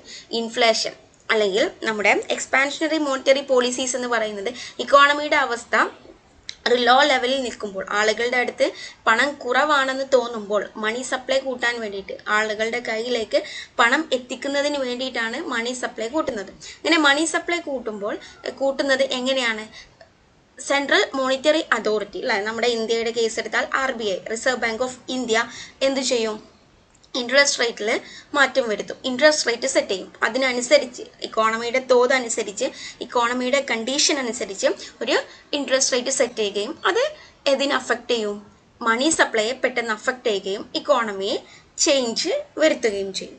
ഇനി മോണിറ്ററി ടൂൾസ് ആയിട്ട് ഇൻട്രസ്റ്റ് റേറ്റ് ഉണ്ട്, മോണിറ്ററി ബേസ് അല്ലെ, നമ്മുടെ CRR പോലുള്ള, അതുപോലെ തന്നെ SLR പോലുള്ള മെഷേഴ്സൊക്കെ ഇതിന് കീഴിൽ വരുന്നുണ്ട്, മോണിറ്ററി പോളിസിയുടെ കീഴിൽ വരുന്നുണ്ട്. ഇത് പെട്ടെന്ന് എന്ത് ചെയ്യും, മണി സപ്ലൈയെ അഫക്റ്റ് ചെയ്യും. ഇത്തരം മോണിറ്ററി മെഷേഴ്സ് പെട്ടെന്ന് മോണിറ്ററി പോളിസീസ് അല്ലെങ്കിൽ മോണിറ്ററി അതോറിറ്റീസ് എടുക്കുന്ന ഇത്തരത്തിലുള്ള മോണിറ്ററി ഫാക്ടേഴ്സ് മണി സപ്ലൈനെ അഫക്റ്റ് ചെയ്യുകയും മണി സപ്ലൈ ഇക്കോണമിയിൽ കൂട്ടുകയും കുറയുകയും ചെയ്യും. അതായത് ഈ ഒരു മെഷേഴ്സ് ഇക്കോണമിയിലേക്ക് കൊണ്ടുവരുമ്പോൾ ഇക്കോണമിയിൽ നിലനിൽക്കുന്ന എക്സിസ്റ്റിംഗ് കണ്ടീഷന് അത് മാറ്റം വരുത്തും. മണി സപ്ലൈ കൂട്ടണമെന്നുണ്ടെങ്കിൽ അത്തരം മെഷേഴ്സ് എടുക്കുകയും കുറക്കണമെന്നുണ്ടെങ്കിൽ അത്തരം മെഷേഴ്സ് മോണിറ്ററി അതോറിറ്റീസ് കൈക്കൊള്ളുകയും ചെയ്യും. ഇതാണ് മോണിറ്ററി പോളിസീസ്. ഇനി ഫിസ്ക്കൽ പോളിസീസ്. മോണിറ്ററി പോളിസീസ് എന്ന് പറയുന്നത് നമ്മൾ മോണിറ്ററി അതോറിറ്റീസ് എടുക്കുന്ന പോളിസീസ് ആണ് മോണിറ്ററി പോളിസീസ് എന്ന് പറയുന്നത്. മോണിറ്ററി അതോറിറ്റീസ് എന്ന് പറയുമ്പോൾ സെൻട്രൽ മോണിറ്ററി അതോറിറ്റി ആയിട്ടുള്ള സെൻട്രൽ ബാങ്ക്, ഓരോ രാജ്യത്തിൻ്റെയും സെൻട്രൽ ബാങ്ക് ആണ് എന്തെടുക്കുന്നത്, മോണിറ്ററി പോളിസീസ് എടുക്കുന്നത്. ഇന്ത്യയുടെ കേസ് എടുത്താൽ മോണിറ്ററി പോളിസി ആരാണ് എടുക്കുന്നത്, മോണിറ്ററി പോളിസീസ് മേക്ക് ചെയ്യുന്നത് സെൻട്രൽ ബാങ്ക് ആയിട്ടുള്ള RBI, റിസർവ് ബാങ്ക് ഓഫ് ഇന്ത്യയാണ്. ഇനി ഫിസ്ക്കൽ പോളിസിയുടെ കേസ് എടുത്താൽ ഫിസ്ക്കൽ പോളിസി ഗവൺമെന്റ് എടുക്കുന്ന പോളിസീസ് ആണ് ഫിസ്ക്കൽ പോളിസീസ് എന്ന് പറയുന്നത്. ഗവൺമെന്റിന്റെ എക്സ്പെൻഡിച്ചറും റവന്യൂവുമായി ബന്ധപ്പെട്ടിട്ടുള്ള, ഗവൺമെന്റ് എക്സ്പെൻഡിച്ചർ റവന്യൂ ആയിട്ടുള്ള ടാക്സേഷൻ അല്ലെ, ടാക്സ് കളക്ഷൻ, ടാക്സേഷനുമായി ബന്ധപ്പെട്ടിട്ടുള്ള government expenditure, tax, government spending, government borrowing, government expenditure or government spending അല്ലെ, രണ്ടും സെയിം ആണ്. Government expenditure or government spending, then taxation. ഇതിന്റെ കൂടെ ഗവൺമെന്റ് ബോറോയിങ് കൂടെ വരുമ്പോൾ എന്താവും, ഫിസ്ക്കൽ പോളിസിയുടെ ടൂൾസ് ആവും. ഗവൺമെന്റ് സ്പെൻഡിങ്, ടാക്സേഷന്, അതുപോലെ തന്നെ ഗവൺമെന്റ് ബോറോയിങ്, ഇവ മൂന്നുമായി ബന്ധപ്പെട്ടിട്ടുള്ള പോളിസീസ് ആണ് ഫിസ്ക്കൽ പോളിസീസ് എന്ന് പറയുന്നത്. പ്രധാനപ്പെട്ട ടൂൾസ് ഗവൺമെന്റ് എക്സ്പെൻഡിച്ചറും ടാക്സേഷനുമാണ്. ഇതിന്റെ കൂടെ എന്തും കൂടെ ഉണ്ട്, ഗവൺമെന്റ് ബോറോയിങ്ങും കൂടെ വരുന്നുണ്ട്. ഇനി ഈ ഒരു ഫിസ്ക്കൽ പോളിസീസ് ഗവൺമെന്റ് കണ്ടീഷനെ വിലയിരുത്തിയിട്ട് അതിനനുസരിച്ചുള്ള ഒരു government expenditure composition, taxation composition ആയിരിക്കും എടുക്കുന്നത്. ഇങ്ങനെ എടുക്കുന്ന ഗവൺമെന്റ് എക്സ്പെൻഡിച്ചറും ടാക്സേഷനും ചില സമയത്ത് ഗവൺമെന്റ് എക്സ്പെൻഡിച്ചർ കൂട്ടേണ്ടി വരും, ചില സമയത്ത് ഗവൺമെന്റ് എക്സ്പെൻഡിച്ചർ കുറക്കേണ്ടി വരും. അതുപോലെ തന്നെയാണ് ടാക്സേഷന്റെ അവസ്ഥയും.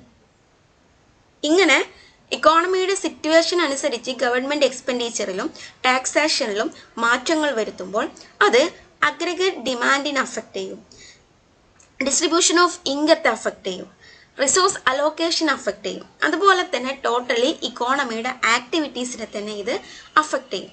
ഇത്തരത്തിലുള്ള മാറ്റം ഇക്കോണമിയിൽ കൊണ്ടുവരുന്നതിന് വേണ്ടിയിട്ടാണ് ഗവൺമെന്റ് ഫിസ്ക്കൽ പോളിസീസ് എടുക്കുന്നത്. ഫിസ്ക്കൽ പോളിസീസ് എന്താണ്?